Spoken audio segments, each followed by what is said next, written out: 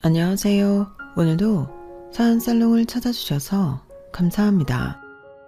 저는 현재 남편과 이혼 후 친정엄마와 합쳐 초등학교에 다니는 딸과 함께 살고 있는 30대 후반 여성입니다. 어쩌다 보니 여자 셋, 그것도 3대 모녀가 함께 살게 되었는데요.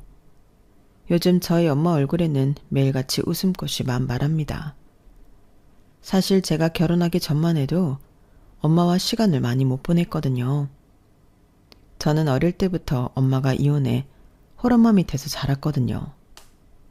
아빠는 어렸던 제 기억에 술도 좋아하고 여자도 좋아해 엄마 속을 허구한 날 새까맣게 태웠는데 이렇게 살다가는 제 명에 못 살 것 같다고 이혼하셨어요. 그리고 아빠는 얼씨구나 잘됐다 하듯 저라는 혹까지 붙여 집에서 내쫓아버렸다고 하는데요. 적반하장으로 그게 아빠가 순순하게 이혼해주는 조건이었대요.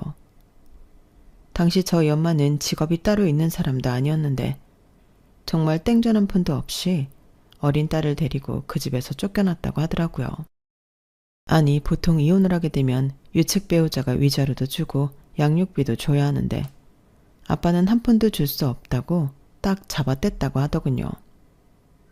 그리고 엄마는 더럽고 치사해서 돈 달라고 매달리지도 않았다고 했는데요.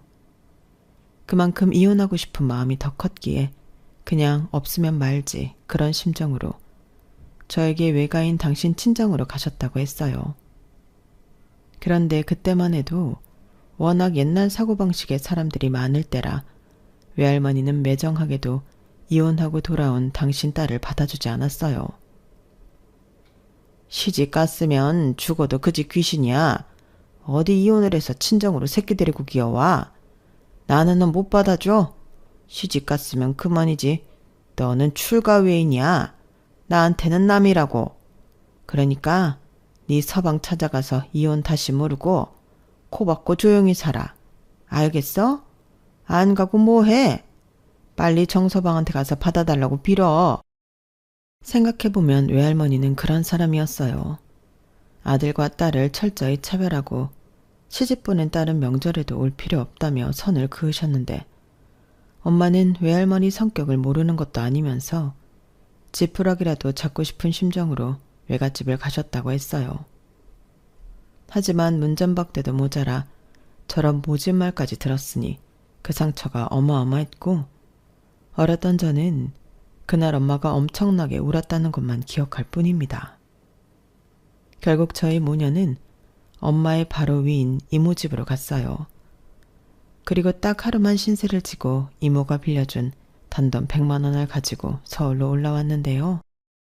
아마 그때부터였을 거예요. 엄마가 아주 독한 사람이 되었거든요.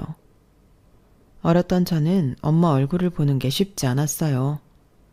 분명 상에 차려진 밥이나 제가 쓸 용돈을 보면 엄마가 집에 다녀간 것은 맞는데 도대체 잠은 언제 자는 건지 어렸던 저는 늘 엄마 걱정을 하고 살아야만 했네요. 그리고 그런 독한 마음으로 버틴 엄마는 보험을 팔며 그 진가를 발휘했는데요. 매달 보험왕은 늘 저희 엄마 차지였어요. 하지만 그때는 보험에 대한 인식이 많이 좋지 못할 때라 엄마를 무시하는 사람들도 많았는데 엄마는 늘 이렇게 말씀하셨죠. 엄마는 엄마를 싫어하는 사람은 하나도 안 무서워. 대신 돈이랑 우리 딸은 무섭지. 돈 없어서 우리 딸 굶기고 공부 못 시킬까 무섭고 우리 딸이 엄마 마음 몰라주고 엇나갈까 무섭고 엄마는 그거 2개 빼면 하나도 안 무서워. 이렇게 말씀하셨는데 저는 어렸지만 철이 빨리 들어 그런지 엄마 마음이 훤히 다 보였어요. 그래서 사춘기 방황도 모르고 열심히 공부하고 집안일하며 나름 모범생으로 살았는데요.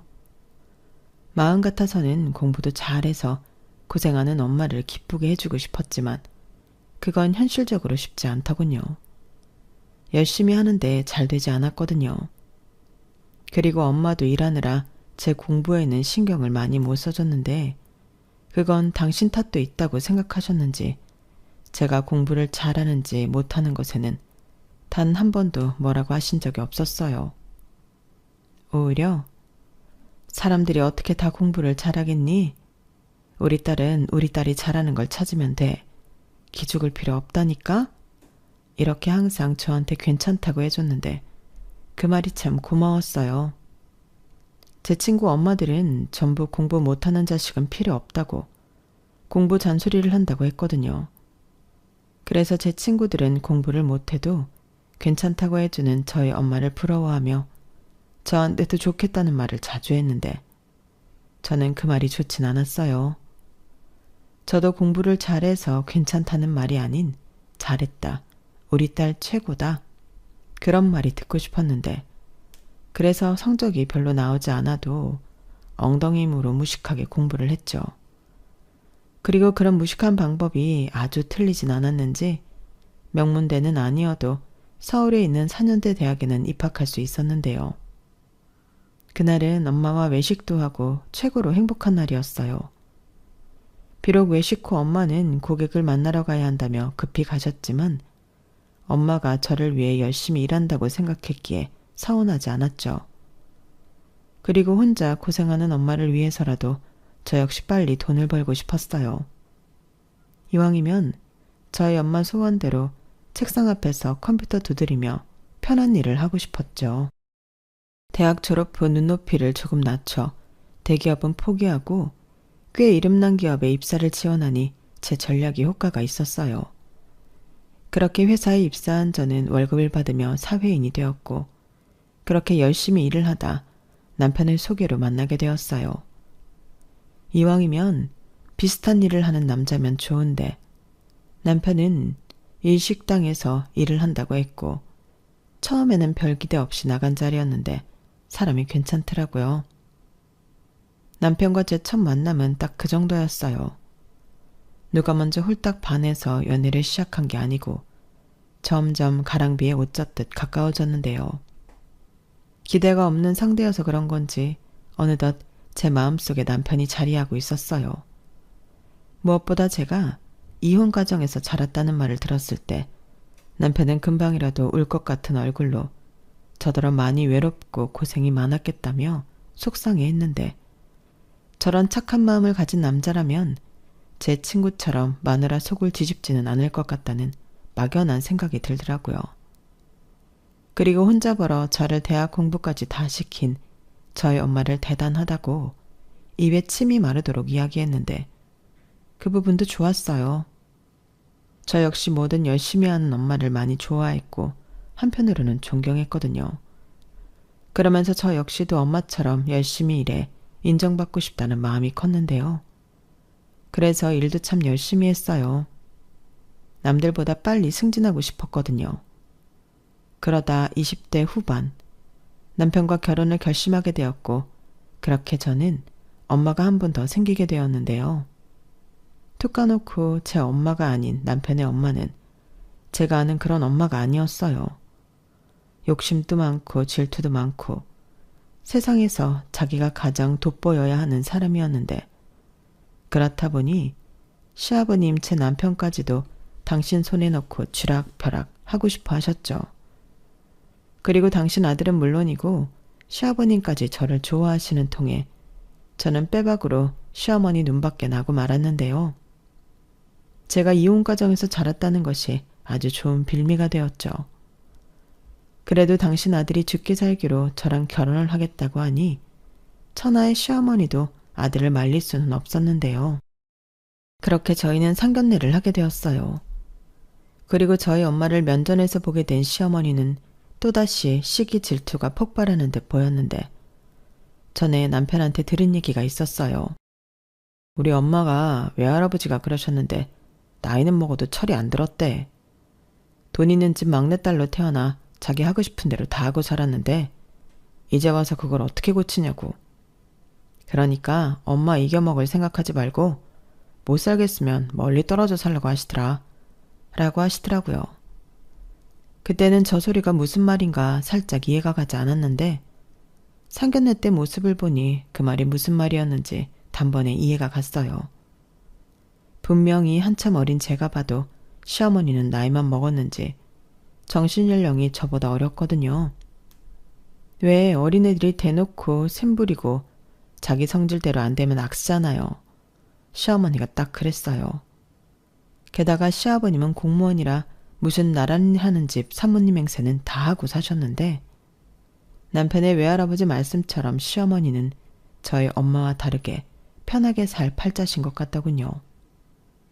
하지만 세상은 공평하다고 중매로 만났다는 시부모님은 사이가 그닥 좋아 보이진 않았는데요. 일단 시아버님이 시어머니를 많이 무시하셨어요. 그렇다고 시아버님이 경우가 없는 분은 아니었는데 시어머니가 워낙에 사리분별을 못하시니 애혼내듯 시어머니한테 훈계를 하시더라고요. 그럼 또 왜 자기한테만 뭐라고 하냐고 뿔이 나셨는데 나이는 어디로 드셨나. 제가 봐도 한숨이 절로 나오는 거 있죠. 그리고 이건 좋다고 해야 하나 나쁘다고 해야 하나 살짝 헷갈리는데 시어머니는 아무리 30년 가까이 시아버님과 살아서도 시아버님을 엄청 좋아하셨어요. 아니, 사랑받고 싶은 마음이 굉장히 컸는데 당신 욕심대로 세상의 모든 관심을 혼자 다 받아야 직성이 풀리셨죠. 그런데요, 미리부터 고백하자면 저는 시어머니가 저렇게 심각한 줄 몰랐는데요. 만약 미리 알았다면 절대 남편과 결혼하지 않았을 거예요. 제 스스로 무덤을 팔 만큼 제가 모자라진 않거든요. 하지만 그때는 정말 몰랐고 그저 시아버님의 사랑과 아들의 사랑을 독차지하고 싶어하는 특이한 분이라고만 생각했는데 어쩌면 사랑에 눈이 멀어 거기까진 안 보였는지도 모르겠네요. 처음엔 그저 그렇다고 생각했던 남편이었는데 막상 좋아하는 감정이 생기고 나서부터는 주체가 되지 않았거든요. 게다가 늘 바쁜 친정엄마의 부재로 저는 표현은 하지 않았지만 많이 외로웠고 남편과 만나면서 그런 외로움이 더 많이 채워졌는데 자상하고 저보다 더 세심한 남편에게 저는 정말 푹 빠져 있었어요. 그리고 당시 일식집에서 일을 하던 남편은 저한테 맛있는 음식도 많이 만들어줬는데요. 내가 결혼만 하면 평생 자기 맛있는 것만 만들어줄게. 자기는 주방에 들어올 생각도 하지 마. 이렇게 말을 하는데 어느 여자가 안 넘어가겠냐고요. 그리고 그때는 저도 남편과 하루빨리 결혼하고 싶은 마음이 컸는데 상견례 자리에서 생각지도 못했던 엉뚱한 일이 터지고 말았어요. 글쎄 시부모님이 다른 자리도 아니고 상견례에서 부부싸움 비슷하게 투닥거리셨는데 그 이유가 저와 저희 엄마 때문이었죠. 이게 무슨 말이냐 하면 시아버님의 배려심과 자상함이 문제의 시작이었는데요. 아무래도 남편 없이 혼자 참석한 저희 엄마를 시아버님이 배려해 주신 게 시어머니 눈에는 거슬렸나 보더라고요. 게다가 결혼 허락을 받으러 갈 때부터 저를 마음에 들어 하시고 좋아해 주셨던 시아버님을 시어머니는 탐탁치 않게 생각하셨어요. 그래서인지 초면임에도 불구하고 시어머니는 기회는 이때다 하시며 저와 저희 엄마를 한꺼번에 깎아내리셨어요. 그나저나 딸은 엄마 팔자 담는다고 하던데 우리 사이는 괜찮을까 모르겠어요. 듣자 하니 사별이 아니고 이혼하신 거라면서요. 그럼 남편분과는 어떻게 지내고 계세요? 제가 경험이 없어서 이혼한 부부에 대해서는 잘 몰라서요. 당신 그게 도대체 무슨 경우 없는 말이야? 조용히 못해. 내가 뭘 어쨌다고 이래? 경우가 없다고? 내가? 내가 뭐 결혼을 안 시키겠다고 한 것도 아닌데 당시야말로 왜 이렇게 오바를 해? 나는 그냥 걱정돼서 그러는 거야. 둘이 잘 살아야 하는데 혹여라도 뒤늦게 장인이라는 사람이 나타나면 어떡해? 그리고 애들도 이혼하겠다고 할까봐 걱정이 되지. 당신 제정신이야? 아직 결혼도 안 했는데 무슨 이혼할까봐 걱정을 해? 사돈 앞에서 못하는 소리가 없어. 아닙니다. 걱정되실 수도 있죠. 그런데 사부인 걱정하실 필요 없습니다. 저 다희 아빠랑 헤어지고 단 한 번도 본 적 없어요. 어디서 살았는지 죽었는지 지금도 모르고 살거든요. 이제 와서 나타날 일 절대 없으니 마음 놓으세요. 아이고 그게 마음처럼 되나요? 그래도 다희 아빠잖아요. 나중에 늙고 병들면 자식 찾아올 수도 있죠. 그렇게 두지 않습니다. 애당초 아빠 노릇한 게 없는 인간인데 제가 그 꼴은 절대 못 보죠. 그리고 그 사람 얘기는 좋은 얘기는 아니라서 이만하시는 게 어떨까요? 애들 결혼시키기 위한 좋은 자리잖아요. 사부인이 걱정하는 일은 제가 장담하는데 절대 없습니다. 아유, 죄송합니다. 이렇게까지 말씀하시는데 저희야 당연히 믿습니다.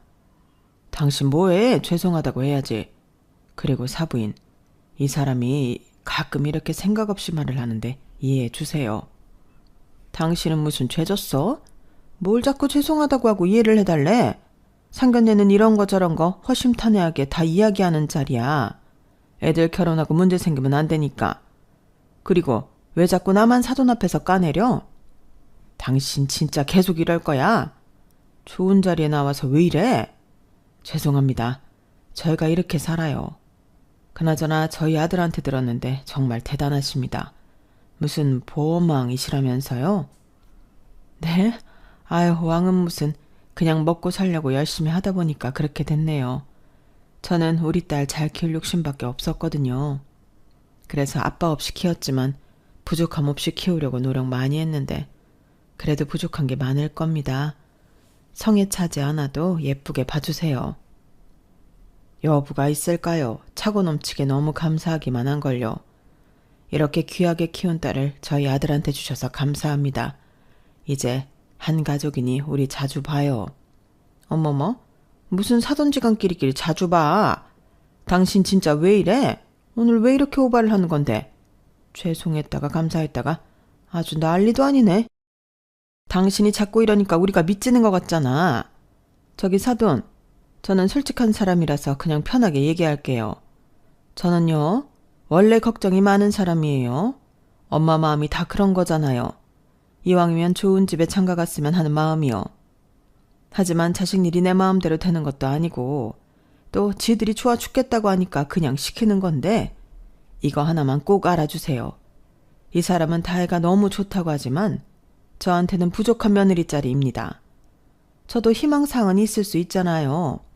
그래도 서로 노력하며 잘 지낼 테니 우리 아들 잘 좀 대해주세요.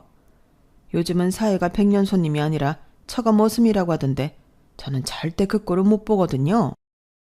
그런 생각까지 하셨어요? 사부인도 참. 걱정하지 마세요. 절대 머슴으로 쓰지 않겠습니다. 그리고 사부인이 솔직한 분이라고 하시니 저도 편하게 말씀드려도 될까요? 저 역시도 형우가 썩 마음에 들진 않았어요. 저도 희망사항이 있을 수 있잖아요. 저 역시도 이왕이면 우리 딸 좀 더 편하게 살 수 있도록 해주는 사위를 보고 싶었거든요. 그런데 둘이 좋아 죽겠다고 하고 또 내 사위라고 생각하지 이젠 이뻐 보이더라고요. 그러니 사부인도 내 며느리라고 생각하고 이뻐해 주셨으면 좋겠습니다. 서로 노력해야죠. 그래야 애들도 양가 눈치 안 보고 지들끼리 행복하게 살 거고요.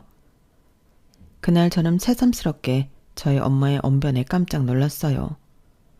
분명 시어머니는 저희 엄마 기분 나쁘라고 시비를 건 걸 텐데 그 말을 저렇게 멋지게 받아치다니 제가 나설 필요도 없었는데요.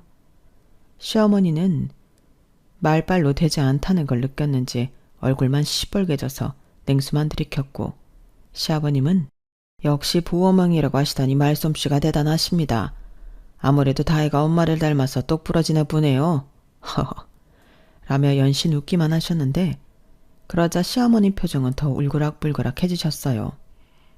그리고 걱정한 대로 그날 댁으로 돌아가셔서 대판 싸우셨다고 남편한테서 들었는데요. 자기 마누라 개망신 시켜놓고 뭐가 그렇게 좋아서 신났냐고 그렇게 악을 쓰셨다고 하더라고요. 이 정도 이야기하면 보통은 저런 시어머니를 보고 어떻게 결혼을 할 생각을 했어? 자기가 자기 발짝 꼬았네. 이런 말씀을 하시는 분들도 계신데 시어머니가 저렇게 바락바락 하셔도 저는 자신 있었어요. 일단 시아버님이라는 든든한 방패가 있으셨고 그때는 남편이 저리도 우유부단한 놈인지 미처 몰랐는데요. 일단 저는 제 성격 믿고 결혼을 예정대로 진행했어요. 애당초 시어머니랑 잘 지낼 마음이 없었기 때문에 시어머니가 저런 사람이라는 건 저에게 그다지 중요하지 않았죠. 그리고 그걸 시어머니도 아셨는지 자기한테 꺾이지 않고 따박따박 제 할 말 다 하는 저를 참 싫어하셨는데요. 그렇게 제 길을 꺾으려 하시더라고요. 너는 휴일이라고 남편도 안 도와주고 집에서 퍼져 쉬고 있냐? 내가 정말 속이 상해서 너 당장 네 남편 가게로 튀어오지 못해? 남 가게도 아니고 남편이 개업을 해서 고생을 하고 있으면 마누라가 쉴 때라도 나와서 거들어야지. 너는 주말이면 회사 안 가지만 우리 아들은 언제 쉬니? 어머니, 가게 오셨어요? 저 원래 주말에 가게 가서 돕는데 오늘은 감기 기운이 있어서 약 먹고 쉬고 있거든요. 하필 오늘 오셨네요. 제가 가서 일할 때는 오시지도 않더니. 뭐야? 너 말에 뼈가 있다? 그래서 꼴랑 감기 걸렸다고 안 온다고? 꼴랑 감기가 아니고 저 정말 많이 아파요. 그 애한테 물어보세요. 이런 식으로 나오겠다 이거지? 내 아들이 아주 지 든든한 방패야. 그럼 지금 말고 한 3시간 정도 있다가 운전만 하러 나와라.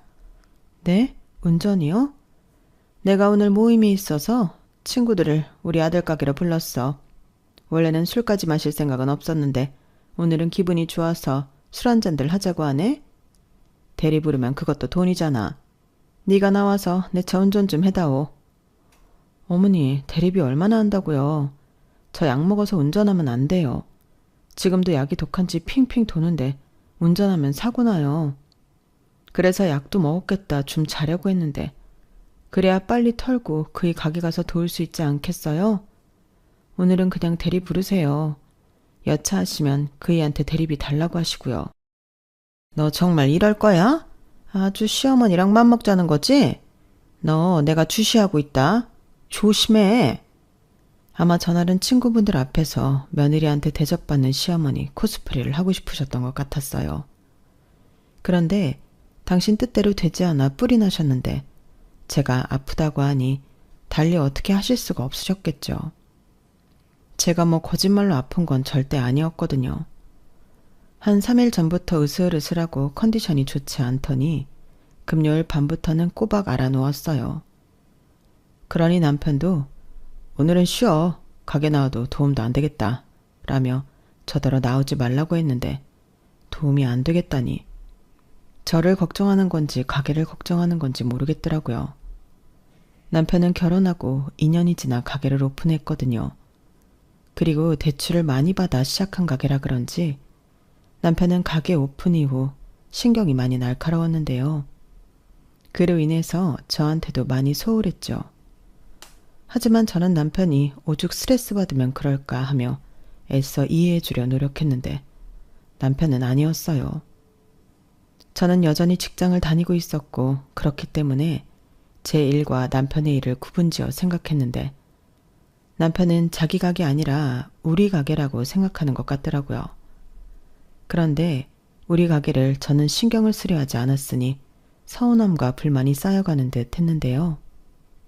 처음엔 자리 잡아야 하는 것도 있고 주말에 손님이 많이 몰리니 주말에는 나가 가게 일을 도왔는데 남편은 당연하게 생각했지만 저도 병이 난 거였어요. 막말로 남편이 가게를 오픈하고 난 뒤로 저는 쉬는 날이 없는 거나 마찬가지잖아요. 하지만 남편은 제가 직장 가서 일하는 건 앉아서 손가락만 움직이니 별로 힘들지 않다고 치부했는데 직장 생활 하시는 분들이라면 알겠지만 조직 생활이라는 게 그렇지 않잖아요. 그래서 저 딴에는 억울하기도 하고 회사를 다녀본 적이 없는 남편이라 그러나 보다 이해도 하려고 노력했는데 어느 순간부터 저도 왜 나만 계속 이해를 해줘야 하나 정신이 번쩍 들었어요. 그리고 그즈음 임신까지 했는데요. 기쁜 일인 건 맞지만 마냥 기뻐할 수는 없었어요. 저만 죽어날 것이 분명했으니까요. 그리고 기뻐하는 남편과 시부모님에 비해 저는 육아까지 추가되어 힘든 시간을 보내야만 했는데 설상가상으로 오픈하고 1년 뒤 남편의 가게는 매출이 뚝 떨어져 집안에 비상이 걸렸어요. 식구도 늘었는데 수입이 줄어들었으니 그것만큼 난감한 일이 없더라고요. 게다가 제가 출산휴가에 이어 육아휴직까지 하고 있었기 때문에 돈이 더 없었는데요. 그땐 친정엄마가 남편 몰래 많이 도와주셨어요. 제 통장에 100만 원, 200만 원씩 매달 입금을 해주셨는데 그게 일회성도 아니고 매달 그런다는 게 쉬운 일이 아니잖아요.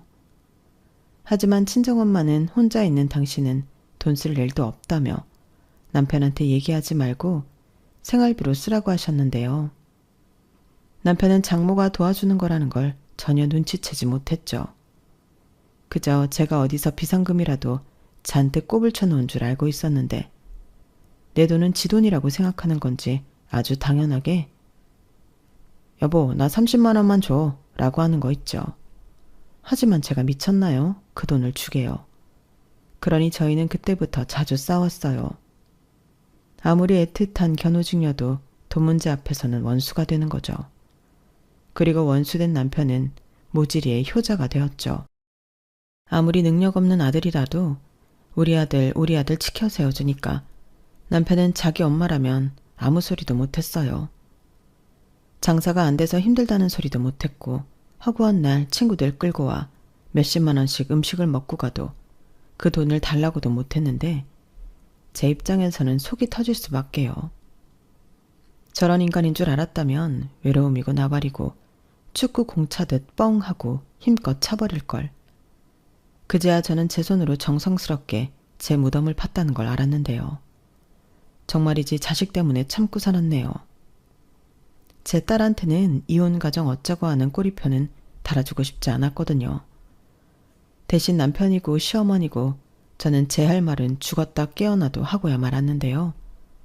전에 친정엄마가 그랬어요. 엄마가 참으면 네 딸도 커서 참고 산다? 그게 딸이야. 네 시어머니가 너 상견례 때 그랬지? 딸은 엄마 팔자 담는다고. 나는 그 말이 아직까지도 내 속을 뒤집는다. 그래, 너는 내 딸이니까 닮았겠지. 근데 봐봐, 좋은 것만 닮았잖아. 네 딸도 그렇게 키워.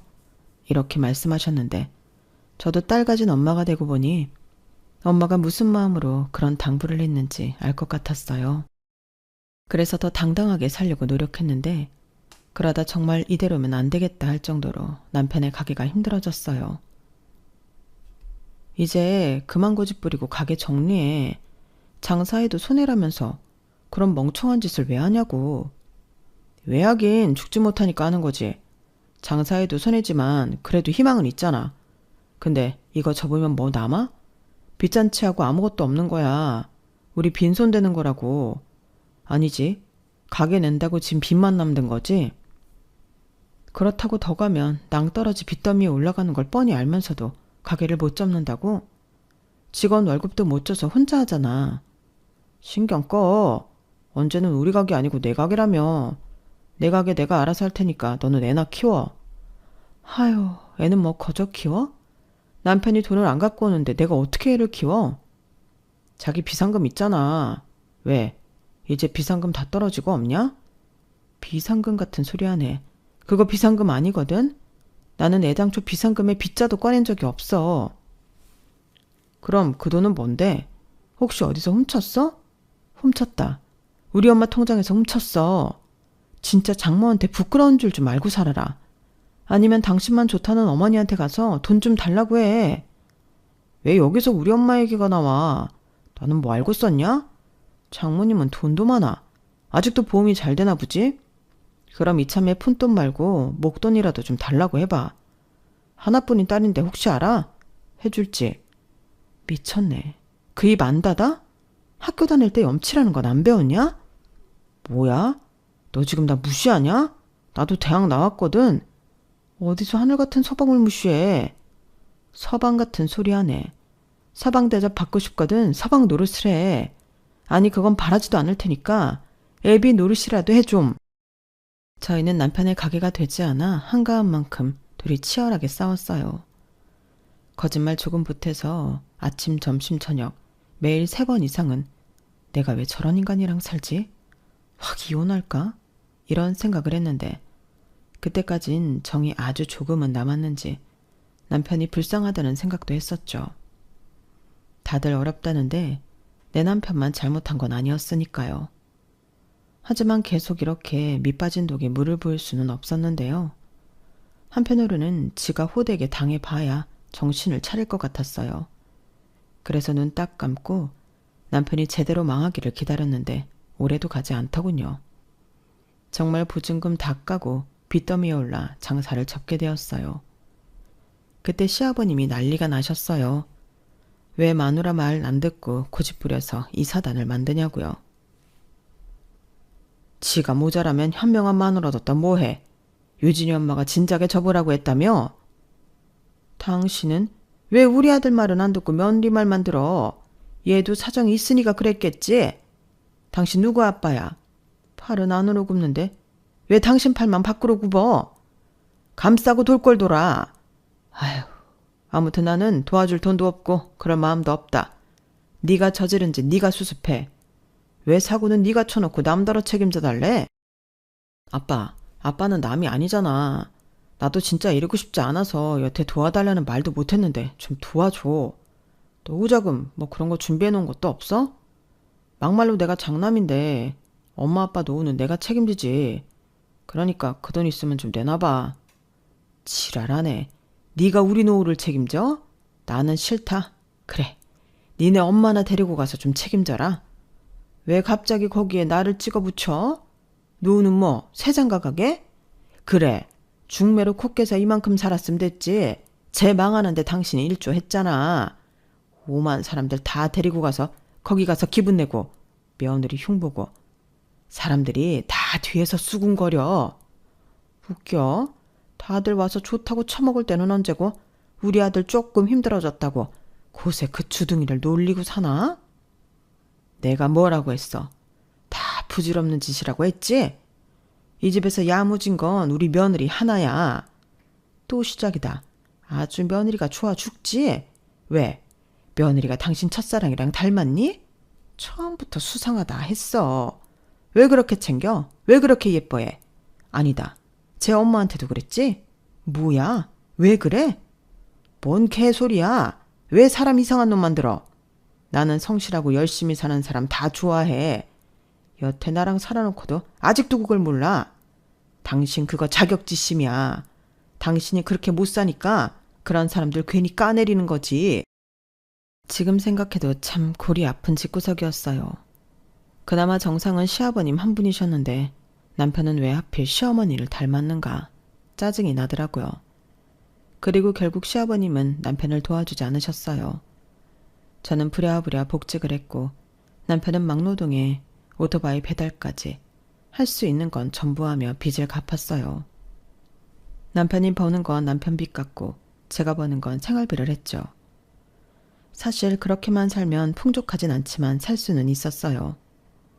그런데 가게를 폐업한 후부터 남편은 힘든지 살이 쭉쭉 빠졌는데 시어머니가 애가 닳더라고요. 당신 아들만 죽어난다고 저더러 직장 있으니까 대출받아 빚 갚으면 안 되냐고 억지를 부리셨어요. 너는 네 남편 저렇게 힘들어도 괜찮냐? 제가 뭐 도박을 했어. 식구들 먹여 살리려고 가게 하다가 생긴 빚인데 네가 좀 대출받아서 갚아줘도 되지. 왜 야박하게 선을 긋냐? 선 그어야 살죠. 아니 뭐 같이 죽어요? 사실 지금은 제가 가장이에요. 제가 벌어서 저희 식구들 먹고 살잖아요. 그리고 유진 아빠가 버는 건 자기 빚 갚는 건데 딱히 하실 거면 저를 딱히 하셔야 하는 거 아니에요? 뭐라고? 네가 뭐가 딱해? 너는 여름이면 에어컨 나오고 겨울이면 히터 나오는 사무실에 앉아서 편하게 일하잖아. 아, 진짜 너는 처음 볼 때부터 정이 안 가더니 끝까지 그래. 내가 그때 정말 죽는 신용을 해서라도 결혼 못하게 뜯어 말렸어야 했는데. 그러게요. 왜 안 말리셨어요? 안 그랬으면 저도 이러고 안 살잖아요. 좀 열심히 하시지. 너 그 입 안 닫아? 어떻게 된 게 그 주둥이는 연신 사람 복장을 뒤집냐? 네 엄마가 그러라고 가르치든? 네, 할 말 하고 싶은 말 당당하게 하고 살라고 가르치셨어요. 그래야 제 딸이 저 닮는다고요. 어머님이 그러셨잖아요. 딸은 엄마 팔자 닮는다고요. 제가 여기서 죄 없이 어머니한테 지면 저희 유진이도 그런 것만 배우면 어떡해요. 저는 그 꼴은 절대 못 봐요. 시어머니는 제 말에 혈압이 오른다며 잘못했다는 소리 할 거 아니면 연락도 하지 말라고 하셨어요. 그 말이 얼마나 감사했는지 마음 편하게 연락도 안 드리고 살았는데요. 단 2년 정도 남편이 고생하며 돈을 버니 빚도 어느 정도 갚았다고 하더라고요. 그런데 안 살 거면 몰라도 옆에서 힘들어하는 남편을 보니 저도 마음이 그다지 좋진 않았는데 빚은 다 갚았으니 자기 책임은 다 했고 앞으로가 걱정이었어요. 그렇다고 앞으로도 계속 막노동을 하라고 하긴 싫더라고요. 그리고 남편은 할 줄 아는 건 음식밖에 없으니 제일 좋은 건 일식당에 취직을 하는 건데 나이도 있고 칼을 오래 놓기도 했고 남편을 쓰겠다는 가게는 애석하게도 없었죠. 그러자 남편은 계속 자신감을 잃어갔고 빚을 갚아야 한다는 강박도 사라지니 일도 나가지 않으려 했어요. 그렇게 집안에 굴을 파고 있으니 딸아이도 아빠 눈치를 보더라고요. 그 어린 게 아빠 눈치를 보는데 꼭 저 어릴 때 보는 것 같아서 속에서 천불이 올라왔어요. 그래서 안 되겠다 싶어 이젠 정말 우리 가게를 찾아보자 남편한테 제안을 했는데요. 퇴직금을 받아 일식당을 차리자고 제안을 했어요. 대신 이번에는 정말 죽기 살기로 해야 하니 레시피 연구도 좀 하고 일식이 신선한 재료가 생명이다 보니 공급처도 신경 써서 알아보자고 했는데 남편은 신나서 제 말이면 무조건 다 한다고 충성충성 했더랬죠. 그때는 집안 살림도 어찌나 척척 잘만 도와주던지 순간이었지만 제 팔자가 피는 것만 같았는데 시어머니는 거꾸로 속에서 부하가 치민다고 하셨어요.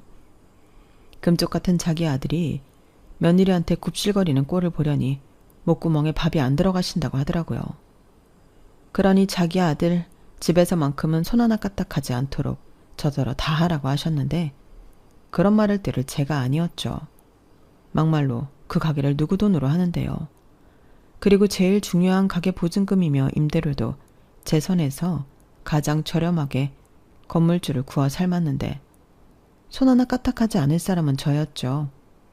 그래서 시어머니가 뭐라고 하시든 상관하지 않았어요. 그저 이젠 정말 우리 가게가 잘 돼야 하니 가게에만 집중했는데요. 다행히 한 두어 달 미치고 고생을 좀 했지만 가게는 빠른 속도로 입소문이 나서 수익이 나기 시작했어요. 식재료가 신선하고 음식이 맛있는데 가격도 좋으니 사실 안 되는 게 이상한 일이었는데 오픈런을 한다고 출근 전에 줄 서 있는 사람들을 보면 그렇게 행복할 수가 없었어요. 그런데요. 그렇게 매일같이 사람들이 줄을 서고 웨이팅을 하는데 불청객 집단이 찾아왔어요. 바로 시어머니와 계모임 사람들이었죠. 뻔히 기다리는 사람들 말고 테이블 다 찬 거 봤으면서도 자기들 자리 내놓으라고 저희 직원을 잡고 계셨어요. 내가 여기 사장 엄마라고. 사장 엄마가 왔는데 저 사람들이랑 똑같이 줄을 서는 게 말이 돼? 그리고 원래 고급 레스토랑은 VIP석은 남겨놓는 거야. 저기 죄송한데 저희 사장님은 그런 거 없다고 하셨어요. 매일 줄 서는 분들이 저렇게 많은데 예약도 잡지 말고 무조건 선착순으로 손님 받으라고 하셨거든요. 뭐야? 우리 아들이 그랬다고? 아니, 여 사장님요. 어머, 진짜 웃기고 자빠졌네. 여기 여 사장이 어딨어? 사장 사모겠지. 사장 사모가 사장보다 높나? 어머니, 또 오셨어요? 저는 사장 사모도 아니지만 사장 엄마라도 이건 도의적으로 안 되는 거예요. 밖에 보는 사람들 잔뜩 있는데 구설수 오르게 하고 싶으세요? 저희 이번에 망하면 쪽박이에요. 야, 너 지금 여기 사람들 안 보여? 나 시어머니야. 며느리가 시어머니 기는 못 살려줄 망정 창피를 주냐? 그러게 제가 지난번부터 안 된다고 좋게 말씀드렸잖아요. 어머니야말로 왜 그러세요? 저희 이제 조금 잘 되려고 하는 건데 도와주셔야지. 왜 자꾸 깽판을 치시냐고요? 뭐? 깽판? 너 정말? 나 개망신 주려고 작정을 했지? 그래, 너 잠깐 이리 따라 나와 봐. 시어머니는 보는 사람들이 많다는 걸 의식하는 듯 저더러 가게 뒤편으로 가자고 하셨어요. 그리고 저는 꿀릴 것이 없었기에 그 뒤를 따랐는데 고부가 싸운다는 소식을 들었는지 남편이 주방에서 나오더라고요. 그러고는 일 크게 만들지 말고 자기 엄마가 해달라는 대로 해주라고 하는데 이게 미쳤나 싶더군요. 꼬라지를 보니 돈 100만 원 거덜내고 가실 것 같은데 그럼 그 돈은 누가 메꾸냐고요. 그래서 안 된다고 단호하게 말했어요. 그러자 남편은 시어머니와 똑같이 자기가 사장이니까 사장 말을 들으라고 했는데 어이가 없었죠. 그래서 나중에 다시 얘기하자고 했는데 순간 너무 화가 났어요. 살려달라고 해서 구해줬더니 보따리를 넘어 제 것까지 탐을 내는 격이잖아요. 그리고 시어머니를 만나고 돌아온 순간 저는 결정을 내려야 했는데요. 시어머니가 저를 보자마자 제 뺨을 한 대 올려 붙이시더니 그러셨어요. 야, 내가 정말 너 어디까지 하나 두고 봤는데 더는 못 봐주겠다. 내 아들이랑 갈라서 이제 우리 아들 너 아니어도 잘 먹고 잘 살 거고 너보다 어리고 잘난 여자 만나 새장가 갈 수 있거든. 그러니까 너는 이만 꺼지라고. 너 하나 우리 집에 들어오고 나서 뭐 하나 잘 되는 게 없어. 나 네 시아버지랑 헤어지게 생겼다. 맨날 너랑 나랑 비교하는데 사람이 짜증나서 살 수가 있니? 다 너 때문이야. 그러니까 나랑 우리 아들 앞에서 꺼져. 네 새끼도 데리고 같이 꺼져.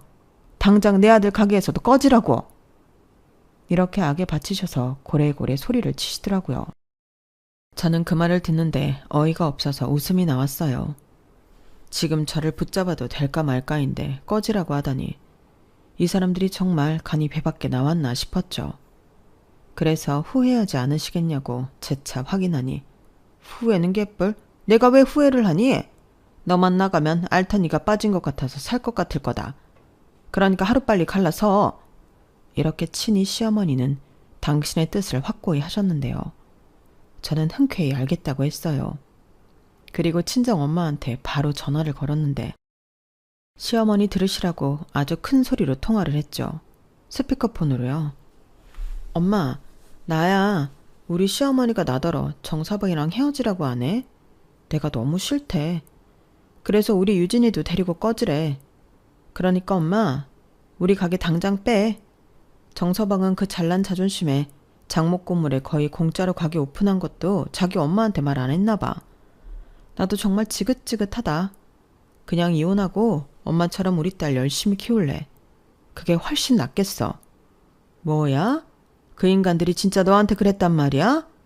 아주 호강에 겨워 요강에 똥을 싸지. 내가 그 가게 빼주려고 얼마를 손해봤는데. 내가 사위 이뻐서 그 자리 가게를 줬나? 내 딸 살라고 해줬지. 알겠다. 당장 그놈의 가게부터 빼야지. 너 미련 갖지 말고 당장 나와. 뭐냐? 지금 뭐 하는 거야? 이 가게가, 아니 이 건물이 사부인 거였어? 아니 어떻게 그런 말 없었잖아. 네 엄마 언제 건물 샀니? 아니 어떻게 건물을 사? 보험 팔아서 건물을 샀다고? 보험도 팔고 열심히 재테크도 하시고 그래서 재작년에 이 건물 사셨어요. 원래는 이 1층 고깃집 들어오는 거였는데 저희 엄마가 위약금 세게 물어주고 저희 가게 내주신 거거든요. 유진 아빠가 그런 말은 일절 안 했죠. 싫은 말도 못하지만 자기 자존심에 남한테 꿀리는 말도 못하는 모질이니까. 그래도 그렇지. 어머니는 아들이 무슨 돈이 있어서 이런 가게를 차렸다고 생각하셨어요? 이거 재퇴직금 올인한 거고 저희 엄마가 보증금의 월세까지 완전 대폭 할인해 주셔서 하는 거였어요. 근데 어째요? 헤어지라고 하셨고 저도 더 살 마음 없고 이제 네 거 내 거 제대로 갈라서 이혼할게요. 그래서 하는 말인데 여기서 꺼질 사람은 제가 아니거든요. 아주머니가 아들 데리고 나가세요. 어차피 저희 주방에 직원들이 있어서 괜찮아요. 설마 이런 일 생길까봐 제가 비싸도 일식 셰프들 데리고 왔거든요. 뭐라고? 아니 나는... 시어머니는 아까까지만 해도 소리 지르며 잘만 떠들더니 갑자기 말을 더듬기 시작하셨어요. 그리고 똥마려운 강아지 마냥 어쩔 줄을 몰라 하셨는데 남편이 불안했는지 모습을 나타내더라고요. 그리고는 저한테 쩔쩔매는 자기 엄마를 보고 저한테 확인도 하지 않고 화를 냈는데 시어머니는 그러지 말라고 말리고 남편은 기세등등하게 저한테 몰아붙이고 가관도 아니었어요. 그리고 그런 장면은 가게 CCTV에 고스란히 찍혔는데요. 남편도 모든 사실을 알고는 자기 엄마를 원망하며 좌절했어요. 그리고 협의 이혼 안 하면 소송하겠다고 하니 남편이 매달리고 난리도 아니었어요. 당연히 그랬겠죠. 쥐뿔 아무것도 없는 남편이 제가 없으면 밥이나 먹고 살겠어요? 게다가 시부모님도 이혼이 임박인데 벌이도 없는 자기 엄마랑 뭐 어쩌고 살게요? 그러니 죽자 살자 저한테 매달리기 시작했는데 이미 확고하게 마음을 먹은 저를 설득할 수는 없었어요. 그리고 한번 마음먹으면 빠꾸가 없는 저희 엄마 성격상 가게부터 정리시켰는데요. 계속 장사하고 싶으면 제대로 보증금이랑 월세 내놓으라고 하니 지가 사장이라고 뻐길 때는 언제고 남편은 아무 말도 못했어요. 결국 제가 이혼 소장을 보내니 남편은 알겠다고 빈손으로 쫓겨났어요. 시아버님이 시어머니한테 방 얻어 살라고 1,000만 원을 위자료로 줬다고 하더라고요. 그러니 남편은 그 집으로 들어가게 되었는데 당장 돈 버는 사람이 없으니 남편이 죽어도 다시 하기 싫다던 막노동을 다시 하게 되었어요. 그리고 틈틈이 저를 찾아와 빌고 또 시어머니 역시 부빌 때는 저밖에 없어 미안하다 사정사정 했는데 기가 막혔네요. 아가 미안하다. 내가 그때는 귀신에 씌었나 봐. 아 내가 미쳤지. 너 같은 애가 또 어딨다고. 너한테 할 말 없다. 정말 미안해. 네가 우리 아들 한 번만 봐주면 다시는 내가 너한테 안 그러마.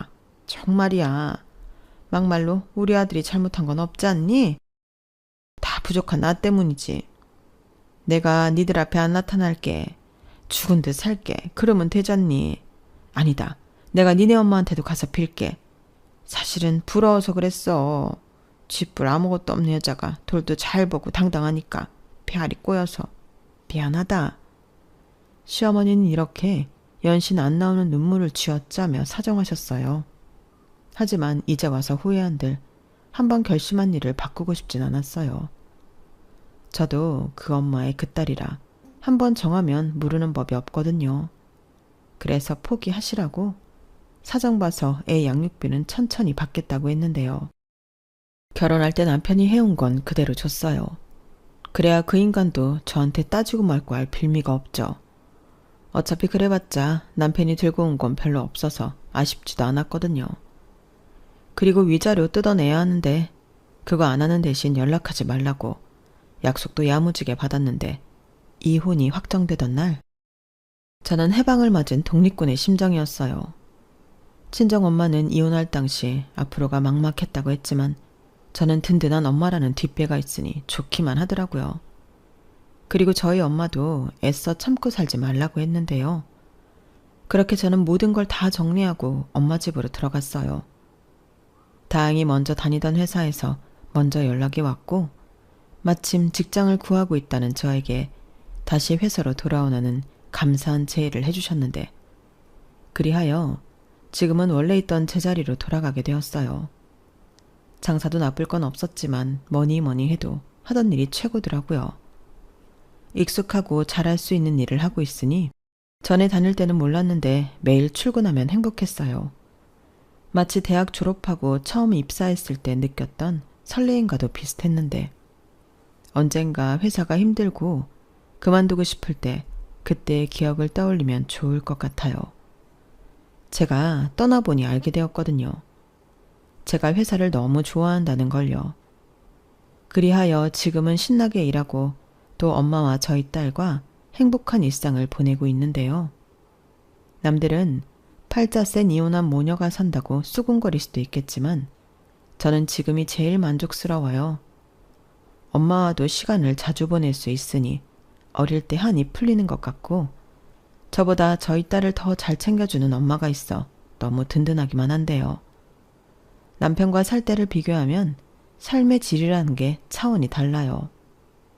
매일 엄마가 해주는 맛있는 밥을 먹고 밤마다 엄마와 TV 드라마도 보고 수다도 떨고 하루를 마감하는데 이보다 더 좋을 수가 없는 거 있죠. 저희 엄마는 똘똘한 건물 덕에 이젠 달리 일을 하지 않고 계십니다. 그 덕을 이젠 제가 톡톡히 보고 있는데 이제부터는 제가 엄마한테 효도하면서 살려고요. 그저 저희 엄마는 건강하기만 오래오래 사셨으면 좋겠는데 이제부터는 못해본 거 전부 다 하고 많은 추억을 만들며 살아갈 거예요. 딸은 엄마 팔자 닮는다는 말 사실 별로 듣기 좋은 말은 아니었는데 저는 당당하게 이렇게 말하고 싶네요. 저는 엄마 팔자를 닮아 이렇게 호강하고 산다고요. 반면 전 남편은 누굴 닮았는지 고생만 옴팡지게 하며 살고 있는 것 같은데 평생 그렇게 저라는 복덩이를 놓친 걸 후회하고 살았으면 좋겠습니다. 이상 제 사연은 여기까지였어요. 사연이 쓰다 보니 많이 길어졌는데 끝까지 들어주셔서 감사해요. 추운 계절이 지나고 어느덧 따뜻한 봄이 찾아오듯 여러분들의 인생에도 따뜻한 온기가 가득하시길 진심으로 바라며 안녕히 계세요. 고맙습니다. 여러분, 사연 댓글에 응원과 현명한 조언 부탁드려요. 좋아요와 구독은 저에게 큰 힘이 됩니다. 오늘도 좋은 일 가득하세요.